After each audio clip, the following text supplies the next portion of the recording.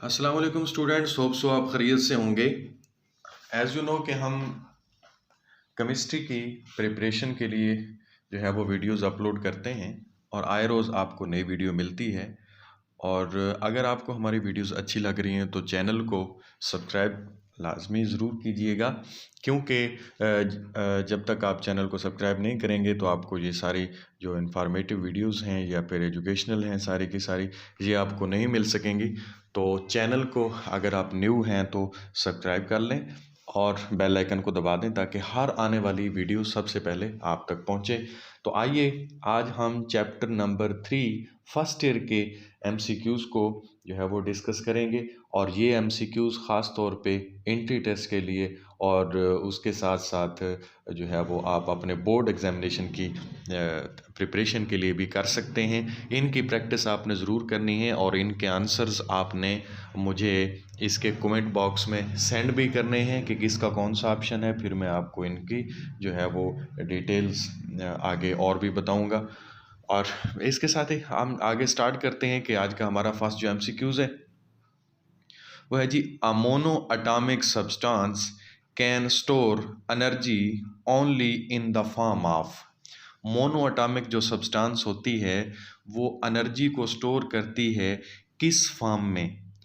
Translational motion के case में, vibrational motion में, रोटेशनल मोशन, या फिर ए एंड बी बोथ। तो ए एंड बी बोथ तो बिल्कुल भी जो है वो नहीं हो सकते।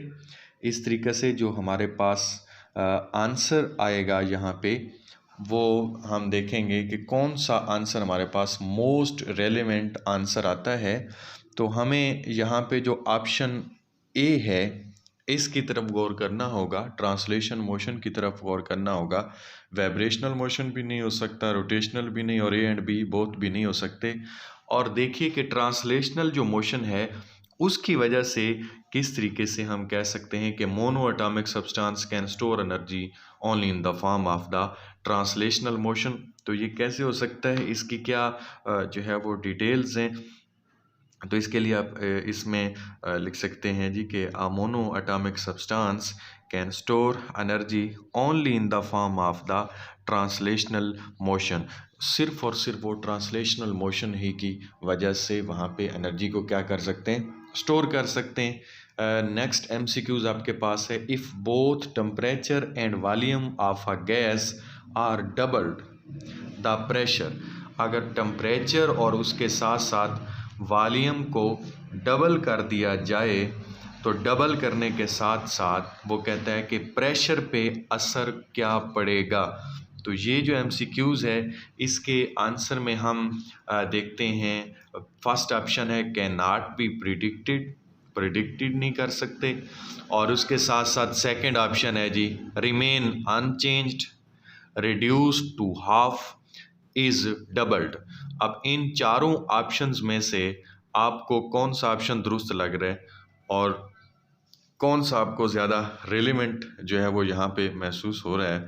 तो यहाँ पे जो ऑप्शन बी है आपके पास वो करेक्ट है, क्योंकि if both temperature and volume of a gas are doubled the pressure remain unchange. उसकी वजह क्या है कि जो वॉल्यूम होता है वो प्रेशर के इन्वर्सली प्रोपोर्शनल होता है। आपने बॉयल्स लॉ भी स्टडी किया है और उसके साथ साथ चार्ल्स लॉ भी स्टडी किया है। वॉल्यूम जो होता है वो डायरेक्टली प्रोपोर्शनल किस चीज़ के होता है, टेम्परेचर के होता है। तो इस केस में आप ऑप्शन बी को क्या करेंगे, दुरुस्त करेंगे। नेक्स्ट आपके पास एमसीक्यूज है, which is incorrect about ideal gas. अब ये देखिए कि मोस्टली बच्चे इसी स्टेटमेंट को जल्दी में यूं पढ़ जाते हैं कि which is correct about ideal gas और अपने एमसीक्यूज बर्बाद कर देते हैं, नंबर अपना ज़ाय कर देते हैं।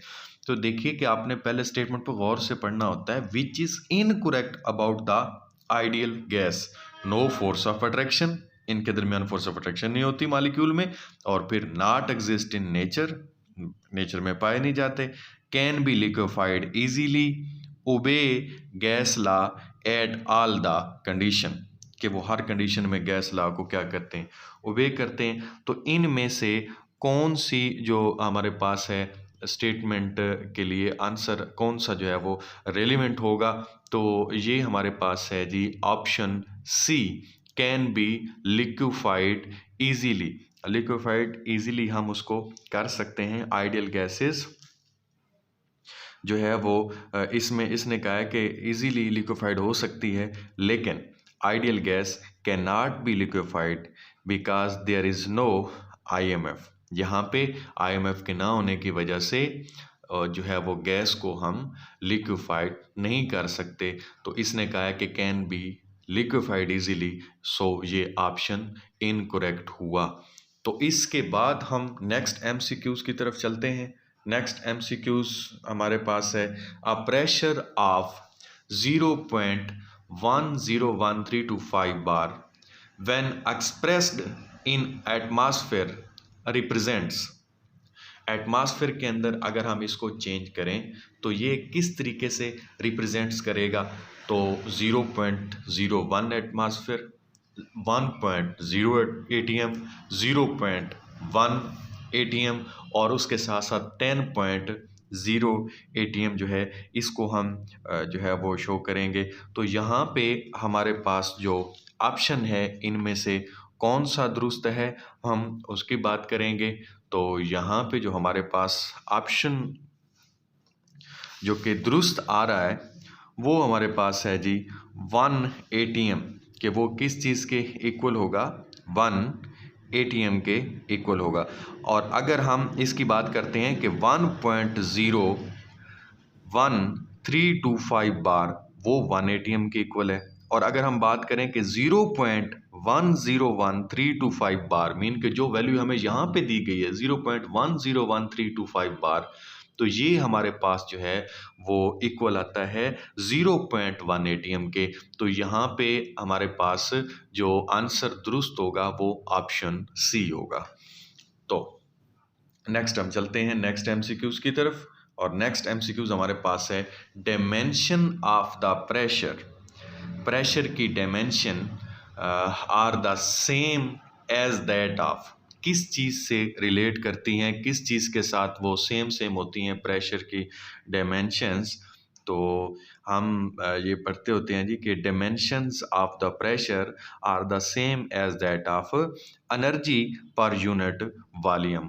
तो यहाँ पे एनर्जी जो है वो सिर्फ एनर्जी भी गलत होगा, फोर्स भी गलत होगा, फोर्स पर यूनिट वॉल्यूम भी जो है वो गलत जा रहा है, और सिर्फ ऑप्शन जो हमारे पास सी है वो दुरुस्त जा रहा है, क्योंकि हम यहाँ पे लिख सकते हैं कि dimension of the pressure are the same as that of the energy per unit volume. So इससे नेक्स्ट चलते हैं जी, the product of pressure and volume has unit of. उसका यूनिट क्या होता है, जब हम प्रेशर और वॉल्यूम के यूनिट की बात करते हैं तो उसका यूनिट क्या होता है। तो आप मोस्टली जो है वो इस चीज़ को पढ़ते भी हैं, यहाँ पे आपकी नज़र से कई बार ये चीज़ गुजरी भी होगी कि the product of pressure and volume, जो कि PV जिसको आप पढ़ते हैं, of a gas has a unit of work, जिसको आप उसमें जॉल के अंदर जो है वो वर्क। तो यहाँ पे हमारे पास जो ऑप्शन सी है ये दुरुस्त होगा, वर्क है। एंथैल्पी भी नहीं कह सकते, एंट्रोपी भी नहीं कह सकते, और फोर्स भी इसको नहीं कह सकेंगे। हमारे पास ऑप्शन सी दुरुस्त होगा जो कि वर्क है। उसके बाद हमारे पास जो है नेक्स्ट MCQs है, absolute temperature of a gas is directly proportional to average। Absolute जो टेम्परेचर ऑफ अ गैस होता है वो डायरेक्टली प्रोपोर्शनल होता है। किस चीज़ के डायरेक्टली प्रोपोर्शनल होता है जी, यहाँ पे ऑप्शन दिए गए हैं, rotational kinetic energy, translational kinetic energy, vibrational kinetic energy, या फिर इनमें से कोई भी नहीं है। तो absolute temperature of a gas is directly proportional to, अब इस स्टेटमेंट की अगर हम बात करें तो ये हमारे पास स्टेटमेंट बनेगी कि directly proportional to average translational kinetic energy. तो ये एवरेज ट्रांसलेशनल काइनेटिक एनर्जी जो हमारे पास है इसका जो है वो ऑप्शन बनता है। इसके लिए साथ में एवरेज होना चाहिए यहाँ पे, लेकिन चलें ट्रांसलेशनल काइनेटिक एनर्जी खड़ा है तो यही इसका ऑप्शन दुरुस्त है, ऑप्शन बी। तो इसके बाद हमारे पास एमसीक्यूज है। A pressure of a gas is due to, किस वजह से किसी भी गैस का जो है वो प्रेशर होता है। तो आप एक स्टेटमेंट, बहुत कॉमन सी स्टेटमेंट है, आपने इसको पढ़ा भी होगा। A pressure of a gas is due to molecular impact against the wall of the vessel. वो मॉलिक्यूलर इम्पैक्ट जो उसका होता है वॉल्स ऑफ वेसल या जो कंटेनर आपके पास है उसकी वाल्स पे, तो उसकी वजह से होता है। तो यहाँ पे रैपिड इंटर मालिक्यूलर कोलिजन ये भी नहीं है, मालिक्यूलर इम्पैक्ट अगेंस्ट द वाल, ये यहाँ पे थोड़ा सा स्पेल की मिस्टेक है, अगेंस्ट द वाल लिखा हुआ है ये। अच्छा, voids between the gas molecule ideal behaviour of a gas, तो से ये ऑप्शन जो यहाँ पे दुरुस्त होगा वो ऑप्शन बी होगा, अगेंस्ट द वाल, मालिक्यूलर इम्पैक्ट अगेंस्ट द वाल। तो इससे नेक्स्ट हम चलते हैं जी। नेक्स्ट एमसीक्यूज हमारे पास है, critical temperature for the different gases is different and depends upon. Critical जो टेम्परेचर है डिफरेंट गैसेस का वो डिफरेंट होता है, वो किस चीज़ पे डिपेंड करता है। तो ऑप्शन ए आपके पास है size of molecule, shape of molecule, फिर इंटर मॉलिक्यूलर अट्रैक्शन, या फिर ये सारे ऑल ऑफ दिस। तो आपने ये टर्म भी कई मरतबा पढ़ी होगी अगर आप केमिस्ट्री को डीपली जानते हैं, इसमें इंटरेस्ट रखते हैं, तो कि critical temperature for different gases is different होता है, लेकिन ये डिपेंड किस चीज़ पे करता है, and depends upon the size of molecule, वो मॉलिक्यूल के साइज पे डिपेंड करता है। तो ऑप्शन डी, सी, बी ये सारे गलत साबित हुए। तो ऑप्शन कौन सा आपका दुरुस्त होगा, ऑप्शन ए। तो ये साइज ऑफ मॉलिक्यूल पे क्या करता है जी, डिपेंड करता है। कौन सी चीज़, critical temperature of the gases जो आपके पास होता है। तो इससे नेक्स्ट हम एमसीक्यूज देखते हैं जी। नेक्स्ट एमसीक्यूज हमारे पास है the constant in the constant A, इसके इन्वर्टेड कॉमास होने चाहिए यहाँ पे। The constant A in van der Waal equation is maximum for. तो ये यहाँ पे थोड़ा बहुत स्पेल की मिस्टेक आती है, या ये अभी इन्वर्टेड कॉमास की थोड़ी सी मिस्टेक है, तो इस पर थोड़ा सा कंप्रोमाइज़ किया करें, क्योंकि मेरे जो टाइप करने वाले दोस्त हैं जो मुझे टाइप करके देते हैं वो इतने ज़्यादा जो है वो केमिस्ट्री को नहीं जानते, तो इसलिए ये टाइपिंग मैं उनसे करवाता हूँ, क्योंकि टाइम बहुत कम होता है। आपको वीडियोस डेली बेसिस पे 3-4 वीडियोस, 2-3 वीडियोस भी देना होती हैं, ताकि आप लोगों की प्रिपरेशन एग्ज़ाम से पहले पहले कंप्लीट हो जाए। तो ये भी करना होता है, एमसीक्यूज़ की वीडियो भी देनी होती है, शॉर्ट क्वेश्चन की वीडियो भी देनी होती है, लॉन्ग क्वेश्चन की वीडियो भी देनी होती है। फिर उसको सबसे पहले प्रीवियस पेपर से डाटा लेना, फिर प्रीवियस पेपर से डाटा ले के उसको जो है वो टाइप करना, टाइप करके फिर उसकी वीडियो बनाना, फिर वीडियो की एडिटिंग करना, एडिट करके फिर उसे पोस्ट करना, ये काफ़ी सारा टाइम लगता है। सो मैं सिर्फ ये अपनी आवाज़ रिकॉर्ड करता हूँ, बाकी मैं डाटा सेलेक्ट करके दे देता हूँ, सारा काम वो मुझे बना के दे देते हैं, तो मैं फिर उससे आगे वीडियो बनाता हूँ। तो इन चीज़ों को थोड़ा सा इग्नोर किया करें, जैसा कि मैं बैठा बैठा इग्नोर कर रहा हूँ अब यहाँ पे। तो the constant A in van der Waal equation is maximum for, तो ये अगर हमारे पास जो कांस्टेंट ए है वो किस चीज़ के लिए जो है वो मैक्सिमम, तो आप यहीं पे आप एक टर्म को याद करें कि जब आप वान डेर वाल इक्वेशन पढ़ रहे थे तो आपके माइंड में कुछ सेंटेंसेस या कुछ वहाँ के कंसेप्ट आ रहे होंगे कि A is a constant of proportionality and is called coefficient of attraction पर यूनिट वॉल्यूम। याद आ रही है ये चीज़, ठीक है।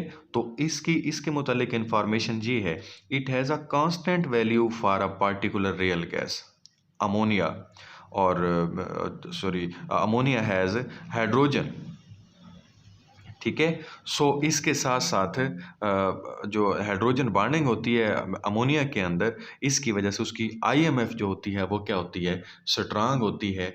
तो ये हमारे पास जो ऑप्शन यहाँ पे आएगा वो अमोनिया का आएगा, क्योंकि अमोनिया के अंदर ही strong force of has hydrogen bonding, ammonia has hydrogen bonding, जिसकी वजह से वहाँ पे स्ट्रांग इंटरमॉलिक्यूलर फोर्सेज होती हैं। और इसकी वजह से हम यहाँ पे सिलेक्ट भी किसको करते हैं, अमोनिया को करते हैं। The constant A in van der Waal equation is maximum for, तो ये हमारे पास जो इसका दुरुस्त ऑप्शन आएगा वो अमोनिया आएगा।